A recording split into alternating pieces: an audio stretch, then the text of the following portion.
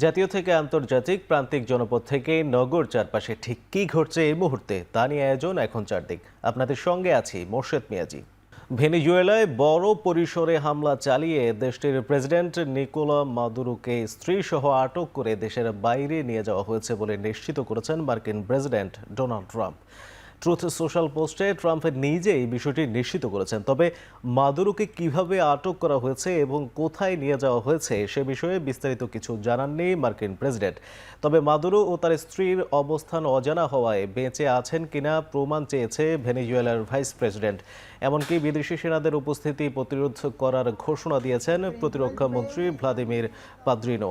এর জন্য জরুরি অবস্থার মধ্যে দেশ জুড়ে সামরিক বাহিনী মোতায়েনের ঘোষণা দেওয়া হয়েছে। স্থানীয় সময় শনিবার ভোরে রাজধানী কারাকাস সহ বিভিন্ন জায়গায় মার্কিন হামলায় কতজন নিহত ও আহত হয়েছে তা জানতে তথ্য সংগ্রহের কাজ চলছে বলেও জানিয়েছে ভেনেজুয়েলা।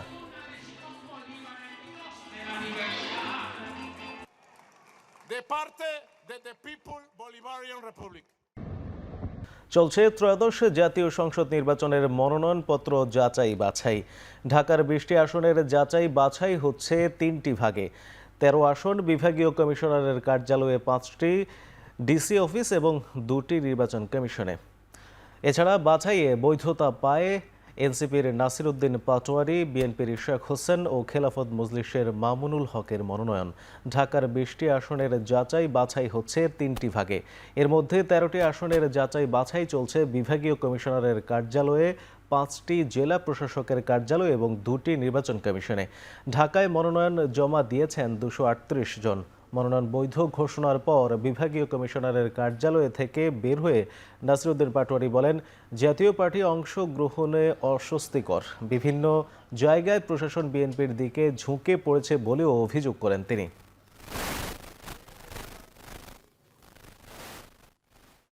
কালো টাকা, পেশিশক্তি এবং অন্য কোনো ধরনের সন্ত্রাসকে আমরা না করব।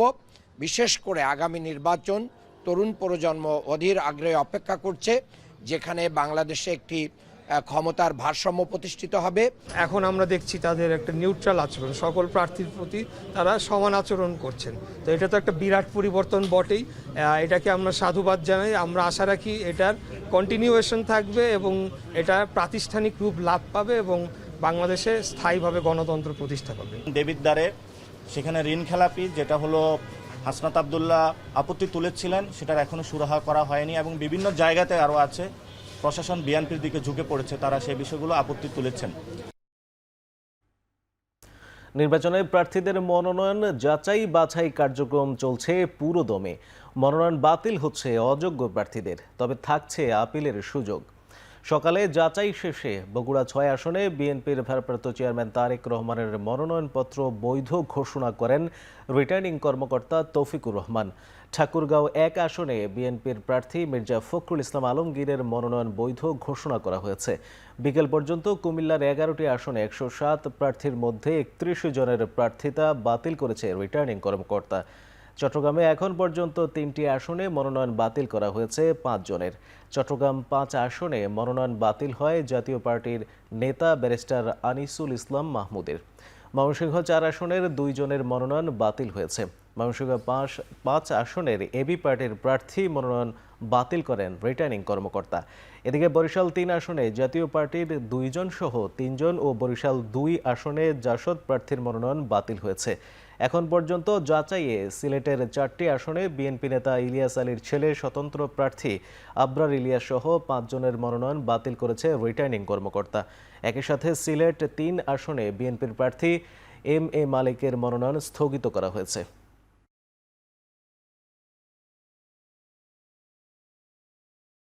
জনাব তারেক রহমান সাহেবের আজ মনোনয়নপত্র আজকে বৈধ ঘোষিত হয়েছে। আমরা আশাবাদ ব্যক্ত করি যে তিনিও বেগম খালেদা জিয়ার মতো সর্বোচ্চ ভোট পেয়ে এখানে নির্বাচিত হবেন।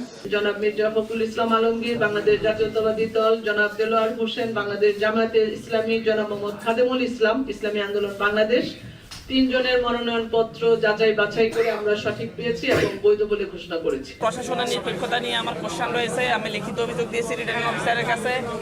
আমি সেটা সুরাহা চাই। আমার নেতাকর্মীদের বিরুদ্ধে মিথ্যা মামলা দেওয়া হয়েছে।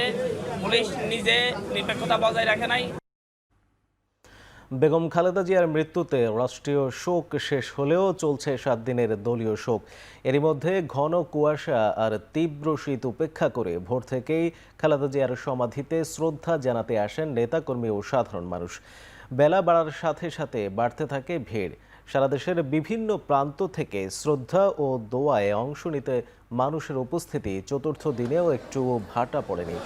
বেগম খালেদা জিয়ার সমাধিতে শ্রদ্ধা ও তার কবর জিয়ারতে চতুর্থ দিনেও ভাটা পড়েনি দলীয় নেতা কর্মী সহ সর্বস্তরের মানুষের।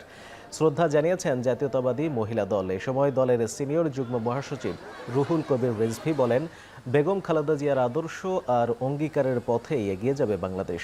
আরও বলেন, আওয়ামী লীগের অশুভ কারসাজির কারণেই দীর্ঘদিন অসুস্থ থাকতে হয়েছে বেগম খালেদা জিয়াকে।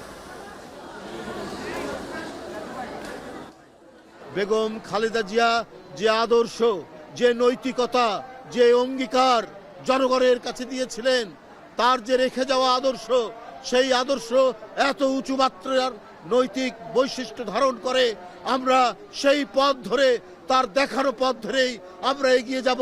জাতীয়তাবাদী মহিলা দল এগিয়ে যাবে, বিএনপি এগিয়ে যাবে, সকল অঙ্গ সংগঠন এবং এদেশের জাতীয়তাবাদী শক্তি এগিয়ে যাবে। কোনো দল ক্ষমতায় গিয়ে ইশতেহার বাস্তবায়ন না করলে নাগরিকরা আদালতের শরণাপন্ন হতে পারে। এর সুযোগ রাখার দাবি জানিয়েছে সুজনের প্রধান নির্বাহী বদিউল আলম মজুমদার। বেলা 11টায় প্রেসক্লাবে সুজন আয়োজিত গণঅভ্যুত্থানের আকাঙ্ক্ষায় কেমন নির্বাচনী ইশতেহার চাই শীর্ষক আলোচনায় অংশ নিয়ে তিনি আরও বলেন, ইশতেহার কেবল মৌখিকভাবে না, লিখিত আকারে রাজনৈতিক দলগুলোর উপস্থাপন করতে হবে। এছাড়া 11টি সংস্কার কমিশনের প্রস্তাবিত সংস্কার ইশতেহারে কতটা গুরুত্ব সহকারে রাখা হবে এ বিষয়ে দলগুলোর সুস্পষ্ট অবস্থান সম্পর্কেও জানতে চান বদিউল আলম মজুমদার। এর বাইরে দলগুলো আরপিও আদেশ মানছে কিনা এ বিষয়ে ইসিকে নজরদারির আহ্বান জানান তিনি। আমাদের রাজনৈতিক দলগুলোর সুস্পষ্ট অবস্থান চাই। তারা এই কাঠামোগত সংস্কারের হ্যাঁ ভোটের পক্ষে না ভোটের পক্ষে, যদিও তারা অঙ্গীকার করেছে যে জুলাই জাতীয় সংসদে তারা অঙ্গীকার করেছে এগুলো বাস্তবায়ন করবে, কিন্তু আমরা তাদের ইশতেহারে এটা যেন সুস্পষ্ট লিপিবদ্ধ থাকে তা দেখতে চাই। শরীফ ওসমান হাদির হত্যাকারীদের বিচার নিশ্চিত করতে সরকার সচেষ্ট বলে জানিয়েছেন পররাষ্ট্র উপদেষ্টা মোহাম্মদ তৌহিদ হোসেন। দুপুরে মুন্সিগঞ্জে জেলা প্রশাসকের কার্যালয়ে মত বিনিময় সভা শেষে তিনি এসব কথা বলেন। বিচার হচ্ছে এমন একটা জিনিস যেটা নিয়ে তাড়াহুড়া করার কোনো সুযোগ নেই, তবে অবশ্যই আমরা চেষ্টা করবো ফেরত নিয়ে আসতে। এখনও কিন্তু আমরা 100% নিশ্চিন্তভাবে বলতে পারছি না, অন্তত হোম থেকে আমাকে এটা বলে না যে অমুকখানে আছে সে গিয়ে। আমরা ইন্ডিকেশন পেয়েছি ইন্টারোগেশন থেকে যে তারা সম্ভবত পার হয়ে গেছে। তো খুব সুনির্দিষ্ট জায়গা যদি আমরা আইডেন্টিফাই করতে পারি তাহলে বলতে পারতাম ভারতকে যে অমুকখানে আছে তাকে ধরে দিয়ে দাও। যত মানুষ ব্যক্তিগত নিরাপত্তা চাচ্ছেন তাদের সবাইকে নিরাপত্তা দেওয়া সম্ভব না ডিএমপির। তাই প্রার্থীদের নিরাপত্তা ঝুঁকি যাচাই বাছাই করেই নিরাপত্তা দেওয়া হচ্ছে বলে জানান DMP commissioner Sheikh Mohammad Sajjad Ali. CRAB reporters অ্যাওয়ার্ডে অংশ নিয়ে এ কথা বলেন তিনি। আগামী 40 ডেজ যদি আমরা আইন শৃঙ্খলা এবং অন্যান্য বিষয়টি নিয়ন্ত্রণে রাখতে পারি তাহলে নির্বাচনটা সুষ্ঠুভাবে করা সম্ভব হবে। আমাদের কাছে এখন টপ প্রায়োরিটি জাতীয় নির্বাচন। পর্দা উঠল 30তম ঢাকা আন্তর্জাতিক বাণিজ্য মেলার। বেলা 11:30টায় চায়না বাংলাদেশ ফ্রেন্ডশিপ এক্সিবিশনে মেলার আনুষ্ঠানিক উদ্বোধন করেন বাণিজ্য উপদেষ্টা শেখ বশির উদ্দিন। প্রধান অতিথির বক্তব্যে পেপার ও প্যাকেজিং পণ্যকে 2026 সালের বর্ষ পণ্য ঘোষণা করেন বাণিজ্য উপদেষ্টা। বলেন, এসব পণ্যের উৎপাদন বাড়াতে ও রপ্তানিতে অংশগ্রহণ বৃদ্ধিতে কাজ করবে সরকার। তবে বিশ্বের 76টি দেশের মধ্যে মাত্র 21টিতে বাংলাদেশের বাণিজ্যিক মিশন কাজ করছে জানিয়ে এই সংখ্যা বাড়ানোর দাবি জানান ব্যবসায়ী নেতারা। এছাড়া হয়রানি মুক্ত আমদানি রপ্তানির সুযোগ দিতে সরকারের কাছে দাবি জানান তারা। এবারের মেলায় অংশ নিয়েছে ভারত, পাকিস্তান সহ 11টি দেশের ব্যবসায়ীরা। দেশি বিদেশি মিলিয়ে স্টল বরাদ্দ দেওয়া হয়েছে 327টি। এবার খেলার প্রসঙ্গ। ভারতীয় ক্রিকেট বোর্ডের নির্দেশনায় কলকাতা নাইট রাইডার্সের স্কোয়াড থেকে বাদ পড়েছেন মোস্তাফিজুর রহমান। বাংলাদেশে এই পেসারকে দেখা যাবে না এবারের আইপিএলে। নিলাম থেকে 9 কোটি 20 লাখ রুপিতে মোস্তাফিজকে দলে টেনেছিল কলকাতা নাইট রাইডার্স। তবে দুই দেশের রাজনৈতিক অস্থিরতা প্রভাব ফেলতে শুরু করে ক্রিকেটের মাঠেও। মোস্তাফিজকে খেলানো ইস্যুতে নানা রকম হুমকিও এসেছিল উগ্রবাদী বিভিন্ন সংস্থা থেকে। এরপরেই তাতে যুক্ত হয় বিসিসিআই। ভারতীয় গণমাধ্যমে বিসিসিআই সেক্রেটারি দেবজিৎ সাইকিয়া জানান, বাংলাদেশি পেসারকে বাদ দিতে নাইট রাইডার্সকে জানানো হয়েছে। এর ঘণ্টাখানেক পরেই আনুষ্ঠানিক বিবৃতিতে মোস্তাফিজুর রহমানকে স্কোয়াড থেকে বাদ দেয় কলকাতা নাইট রাইডার্স। এদিকে মোস্তাফিজকে আইপিএল থেকে বাদ দেওয়ার বিষয়ে মুখ খুলেছেন বাংলাদেশ ফুটবল দলের সাবেক অধিনায়ক আমিনুল হক। জানিয়েছেন, ফিজ ইস্যুতে কঠোর হওয়া উচিত বিসিবির। একই সঙ্গে আগামী মাসে ভারতে টি-20 বিশ্বকাপে খেলতে যাওয়ার বিষয়েও বিসিবির ভাবা উচিত বলে মন্তব্য করেছেন তিনি। ভারতীয় যে ক্রিকেট বোর্ড রয়েছে তাদের সাথে কথা বলে এই যে ধর্মকে টেনে যারা একটি অসাধু চক্র, যারা বাংলাদেশ বা ভারতের সাথে একটি সম্পর্ককে দূরত্ব তৈরি করার চেষ্টা করছে, এবং সেইটার জন্য আমাদের মোস্তাফিজের মতো একজন প্রতিভাবান খেলোয়াড়দেরকে যদি রিলিজ দিয়ে দেওয়া হয়, এটি আমাদের জন্য অবশ্যই দুর্ভাগ্যজনক। বাট এটিকে আমি অবশ্যই মনে করি যে তদন্ত করে খতিয়ে দেখে এটি কেন হয়েছে সেটিকে যাতে আমরা জাতির সামনে উপস্থাপন করতে পারি। 15 জানুয়ারি থেকে জিম্বাবুয়ে এবং নামিবিয়ায় শুরু হতে যাওয়া অনূর্ধ্ব-19 বিশ্বকাপে নিজেদের সেরা খেলার প্রত্যয় দলের। বিশ্বকাপে অংশগ্রহণ করতে রোববার রাতে দেশ ছাড়বে বাংলাদেশ। এর আগে আজিজুল হাকিম তামিমকে অধিনায়ক করে 15 সদস্যের দল ঘোষণা করেছে বাংলাদেশ। বাংলাদেশ এ গ্রুপে লড়বে ভারত, নিউজিল্যান্ড এবং যুক্তরাষ্ট্র। মূল পর্বের আগে পাকিস্তান এবং স্কটল্যান্ডের বিপক্ষে দুটি প্রস্তুতি ম্যাচ খেলবে নাভিদ নওয়াজের দল। 17 জানুয়ারি ভারতের বিপক্ষে ম্যাচ দিয়ে বিশ্বকাপে যাত্রা শুরু করবে আজিজুল আবরাররা। 2020 সালে দক্ষিণ আফ্রিকার মাটিতে হওয়া বিশ্বকাপে চ্যাম্পিয়ন হয়েছিল বাংলাদেশ। তবে এর পরের আসরে অষ্টম হয়ে দেশে ফেরে বাংলাদেশের যুবারা।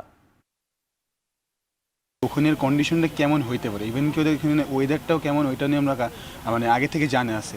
সো আমার কাছে মনে হয় যে যেহেতু আমরা খেলছি ওই হিসেবে একটা এক্সপিরিয়েন্স, আর টিম অনুযায়ী যেমন টিম আছে আমি ওই দিক থেকে কনফিডেন্স। সো ইনশাল্লাহ আশা করা যায় ভালো কিছু করবো। We get contributions from all players. It could be a good catch on the field, it could be a run out on the field, so anything, but we need it badly for everyone to contribute. শেষ করছি এখন চারদিক। সঙ্গে থাকার জন্য ধন্যবাদ।